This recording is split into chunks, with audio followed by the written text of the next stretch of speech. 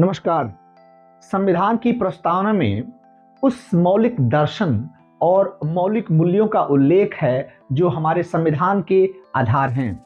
यह उन मुख्य उद्देश्यों को निर्धारित करता है जिन्हें संविधान प्राप्त करना चाहता है। साथियों, यह संविधान को दिशा और उद्देश्य दोनों देता है। यह उन उद्देश्यों और सामाजिक आर्थिक लक्ष्यों को स्थापित करता है जिन्हें संवैधानिक प्रक्रियाओं के माध्यम से प्राप्त किया जाना है। साथियों, तो हम कह सकते हैं कि भारतीय संविधान की प्रस्तावना बहुत महत्वपूर्ण है। तो आइए हम जानते हैं कि संविधान की प्रस्तावना में स्वाधीनता, समानता, बंधुत्व, धर्मनिरपेक्षता जैसे तत्व भी शामिल हैं। इस प्रकार यह राजनैतिक लोकतंत्र के साथ साथ सामाजिक आर्थिक लोकतंत्र की स्थापना को भी एक नया आयाम देता है। इसके अलावा इसमें संविधान निर्माताओं की सोच को महत्वपूर्ण रूप से उल्लिखित करता है। इस प्रकार यह संविधान निर्माताओं के आदर्शों और उनकी महत्वाकांक्षाओं का भी उल्लेख करता है। भारतीय संविधान निर्माण में महत्वपूर्ण भूमिका निभाने वाले संविधान सभा के अध्यक्ष सर अल्लादी कृष्णस्वामी अय्यर के शब्दों में कहें तो उन्होंने लिखा है कि संविधान की प्रस्तावना हमारे दीर्घकालिक सपनों का विचार है। संविधान सभा की प्रारूप समिति के सदस्य के.एम. मुंशी ने प्रस्तावना को लिखते हुए लिखा है कि हमारी संप्रभु लोकतांत्रिक गणराज्य का भविष्य फल है इसकी प्रस्तावना। साथियों, इसी प्रकार संविधान सभा के एक अन्य सदस्य पंडित ठाकुरदास भार्गव ने लिखा है कि संविधान की प्रस्तावना को संविधान की आत्मा माना जाए। प्रस्तावना एक ऐसा स्थान है जहां से कोई संपूर्ण संविधान का मूल्यांकन बहुत आसानी से कर सकता है। साथियों, यूपीएससी की परीक्षा की दृष्टि से हम देखें तो प्रस्तावना के बारे में बहुत सारे तथ्य हैं जो विद्यार्थियों को पता होना चाहिए। साथियों, संविधान में इसका महत्वपूर्ण स्थान रखने के बावजूद प्रस्तावना न तो विधायिका की शक्ति का स्रोत है और ना ही उस पर प्रतिबंध लगाया जा सकता है। तो हम कह सकते हैं कि संविधान की प्रस्तावना गैर न्यायिक है और इसकी व्यवस्थाओं को न्यायालय में चुनौती नहीं दी जा सकती है। हालांकि अपने बहुत सारे निर्णयों में उच्चतम न्यायालय ने प्रस्तावना को आधार बनाया है और इसके महत्व और प्रासंगिकता पर बल दिया है। प्रस्तावना किसी दस्तावेज में एक परिचयात्मक कथन है जो दस्तावेज के दर्शन और उद्देश्यों को समझाता है। संविधान में इसके निर्माता के इरादे, इसके निर्माण के पीछे के इतिहास और राष्ट्र के मूल्य और सिद्धांतों को प्रस्तुत करता है। प्रस्तावना मूलतः निम्नलिखित बातों पर अपना विचार प्रस्तुत करता है। संविधान का स्रोत, भारतीय राज्य की अपनी प्रकृति, इसके उद्देश्यों का विवरण और संविधान को अपनाने की महत्वपूर्ण तिथि। साथियों, आप सभी जानते हैं कि भारतीय संविधान विश्व का सबसे विस्तृत संविधान है और लिखित है। भारतीय संविधान की प्रस्तावना का इतिहास कुछ इस प्रकार है कि भारत के संविधान के निर्माण में लगभग 2 वर्ष 11 माह और 18 दिन लगे।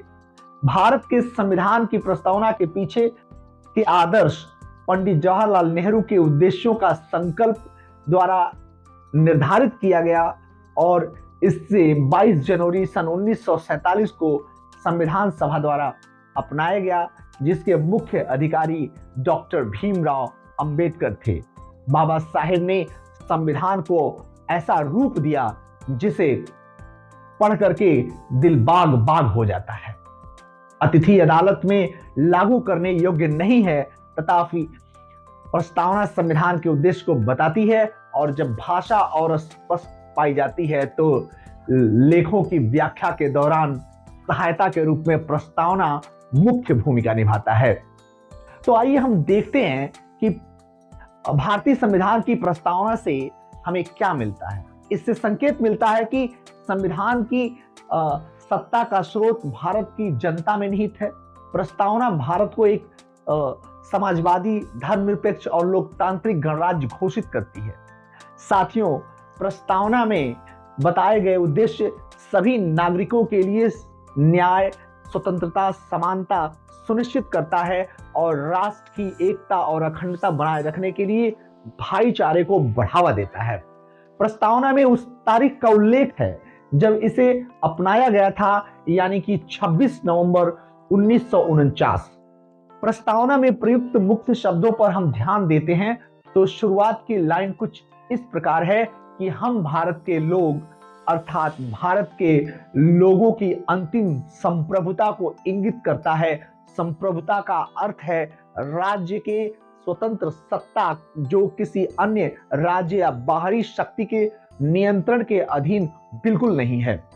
संप्रभु शब्द का अर्थ है कि भारत की अपनी स्वतंत्र सत्ता है और यह किसी अन्य बाहरी शक्ति का प्रभुत्व नहीं मानता है, और देश में विधायिका के पास कानून बनाने की शक्ति है जो कुछ सीमाओं के अधीन है। समाजवादी शब्द का अर्थ है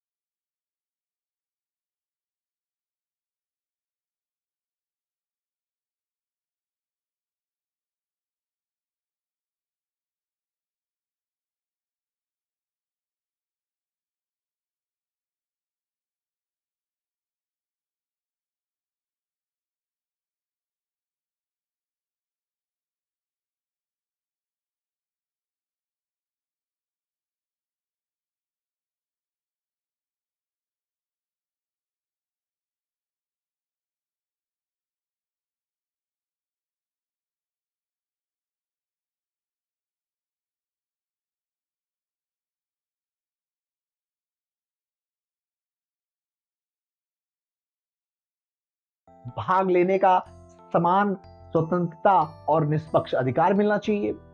सामान्य शब्दों का अर्थ है कि समाज का किसी भी वर्ग को कोई विशेष अधिकार प्राप्त नहीं है और सभी लोगों को बिना किसी भेदभाव के हर चीज के लिए समान अवसर दिए गए हैं। कानून के समक्ष भारत में रहने वाला प्रत्येक व्यक्ति समान है। स्वतंत्रता शब्द का अर्थ लोगों को अपने जीवन का तरीका चुनने, राजनीतिक विचार रखने और समाज में व्यवहार करने की स्वतंत्रता है। स्वतंत्रता का मतलब कुछ भी करने की आजादी बिल्कुल नहीं है, बल्कि व्यक्ति कुछ भी कर सकता है, लेकिन कानून द्वारा निर्धारित सीमा के अंदर ही। बंधुत्व शब्द का अर्थ भाईचारे की भावना और देश और सभी लोगों के साथ भावनात्मक लगाव है। बंधुत्व राष्ट्र की गरिमा और एकता को बढ़ावा देने में मदद करता है। उद्देश्यों का महत्व यह है कि जीवन जीने का एक तरीका प्रदान करता है। इसमें सुखी जीवन की अवधारणा के रूप में भाईचारा, स्वतंत्रता और समानता पूरी तरह से शामिल है साथियों, और जिसे एक दूसरे से अलग नहीं किया जा सकता है। स्वतंत्रता को सामान्य या समाज से बिल्कुल अलग नहीं किया जा सकता। समान रूप से देखें, समानता को देखें तो स्वतंत्रता से अलग नहीं किया जा सकता और ना ही स्वतंत्रता को समानता से अलग किया जा सकता है। यह भाईचारे से और समानता से बिल्कुल अलग नहीं हो सकता। समानता के बिना स्वतंत्रता अनेक लोगों पर कुछ लोगों का वर्चस्व पैदा करेगी। स्वतंत्रता के बिना समानता व्यक्तिगत पहल को खत्म कर देगी। बंधुत्व के बिना स्वतंत्रता अनेक लोगों पर कुछ लोगों का वर्चस्व पैदा करेगी। बंधुत्व के बिना स्वतंत्रता और समानता दोनों का स्वाभाविक रूप से एक समन्वय नहीं बन सकता है। अतः साथियों, यह बात स्पष्ट होता है कि भारतीय संविधान की प्रस्तावना का मूल उद्देश्य भारतीय संविधान को सुरक्षित और सन्निहित रखता है।